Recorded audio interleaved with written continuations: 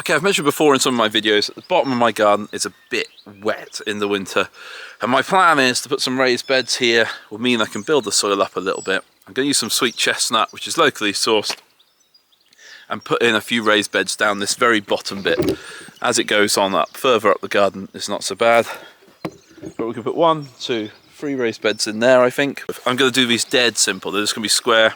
And my beds are all 30 inches by 10 foot, or there or thereabouts. So I'm going to have a measure up now, and we're going to go cut some timber. The timber I bought a year ago, and it's been stored outside. Not ideal. It's pretty bad of me, to be honest. So this is what I've got. It's been stacked completely in my way for about 12 months. So it's bought from a local company called Say It With Wood, do some really nice sweet chestnut stuff. They cut me some lovely sweet chestnut pegs that I can use to hold it all together with. And I've got the planks I need to sort out. So I'm going to take the pegs down to start with. It's where they need to be. And then we can get all this stuff cut up into the right size pieces. Great fun.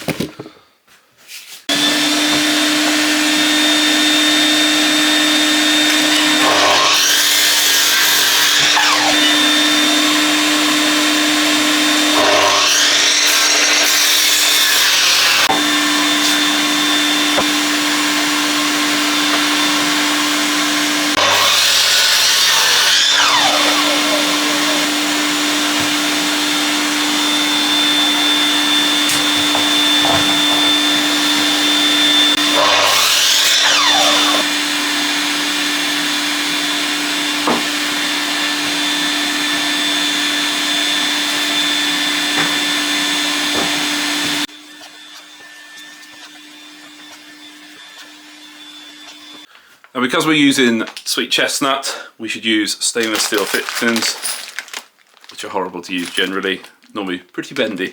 So I've got some bigger nails, some slightly smaller nails, which I'll use to just tie the frame together before we start, and then we'll knot the posts in around it, I think. Right, to start with, I'm just going to put the frames together and just pin them in. These nails are ring shanked as well, helps them hold a bit better. I will be piloting it. Sweet chestnut does like to split.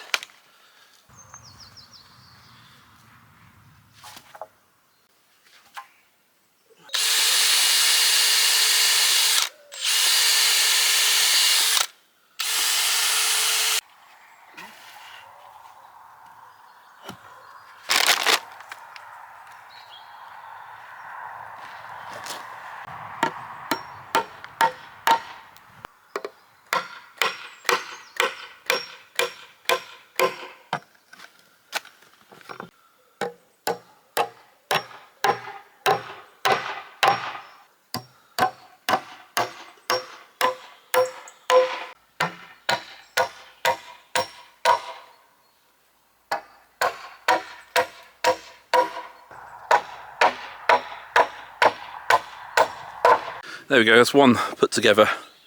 We obviously need to peg it down. We're going to assemble the 3 like that now, going up to where the greenhouse is going to be.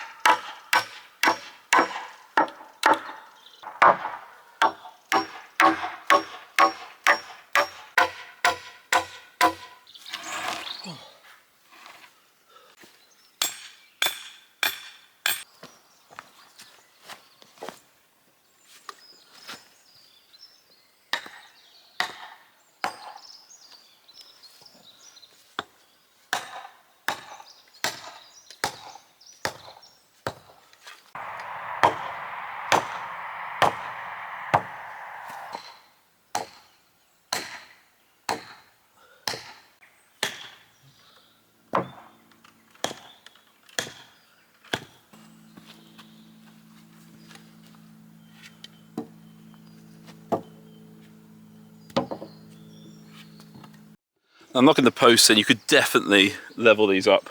For me, it's just not worth it. I mean, what's the point? It's on a slope. I think it'll look odd if they're all kind of stepped and sloped, so it's better off for me just to have a slight angle of the slope.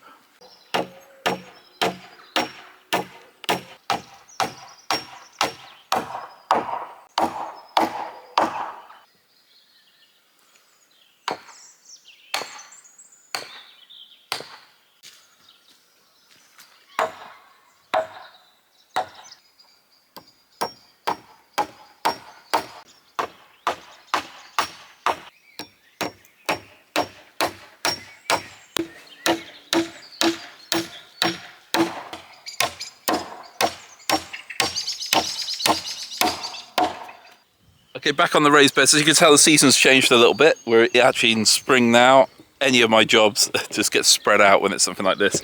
So these three are kind of ready to go. Need to fill them up. Got a bit of plastic over the top to stop the weeds. This one has been filled, not completely. It's got some sea kale in. It's going to be a nice perennial crop. And then down here now, I've just got these posts to put in. The beds are in the right places. I put the posts in, I can fill them up and weed them and then fill them up. I'd left my sledgehammer in the greenhouse and dried out there, so I've left it soaking in a bucket of water. Swells the end up, stops it flying off, hopefully.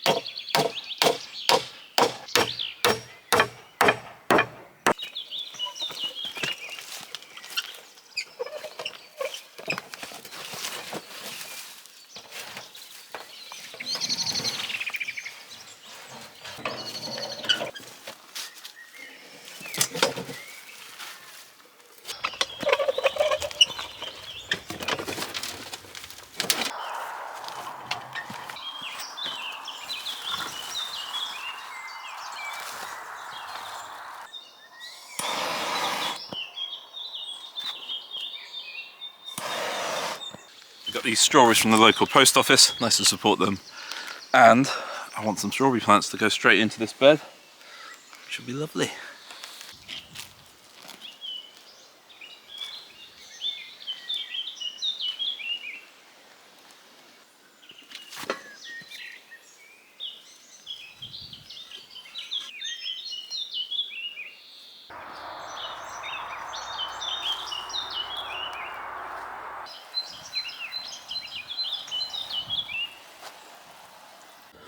Okay, so that's 6 raised beds in. I've still got some more to do. I'm going to put one in the greenhouse, but it's not glazed yet. It's not a massive priority. And I'd like to put a few more into the kind of wilder patch of my veg garden and start trying to reclaim some of that. If I can put 3 more over there, 1 in there, I think that would be about right.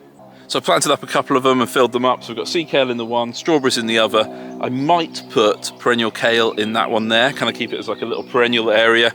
And then over there, I'm not sure. It's quite weedy, so maybe some potatoes would encourage me to kind of turn the weeds over, and it'd be a crop that's kind of out and kind of done if I put some late early potatoes in. So we'll see what we do over there as well. But it just feels good. I was going to put a raised bed here, and I'm not actually, because that is kind of the way to the polytunnel, and what I tend to do is a bit like an elephant's path, and I always kind of cut across. So I think I might just go with it, slab it, maybe put a couple of smaller planters there that I can use for stuff like courgettes or something, a bigger plant that just wants to be on its own. But yeah, I'm pretty pleased with it. Sweet chestnut. Got a lot of soil and muck to move now to fill these other 4 up, but that's all part of the fun, isn't it? Keeps you fit. And yeah, I'm looking forward to seeing how they grow in the summer and during the winter. So perhaps I'll put some kale in these actually, and some purple sprouting, so they can sit for the winter, and we'll see how they do and see if they survive our kind of very wet and damp and north facing slope. But yeah, thanks for watching, guys. If you enjoyed this, it's really appreciated. Sorry this one's taken so long to come out. I just started this months ago, and it's just one of those ones where I've just ticked away at it a little bit at a time, and it's still not really finished, is it? Because I've not filled them up. But that's going to happen over this weekend, he says. Right, thanks for watching, guys. See you next time.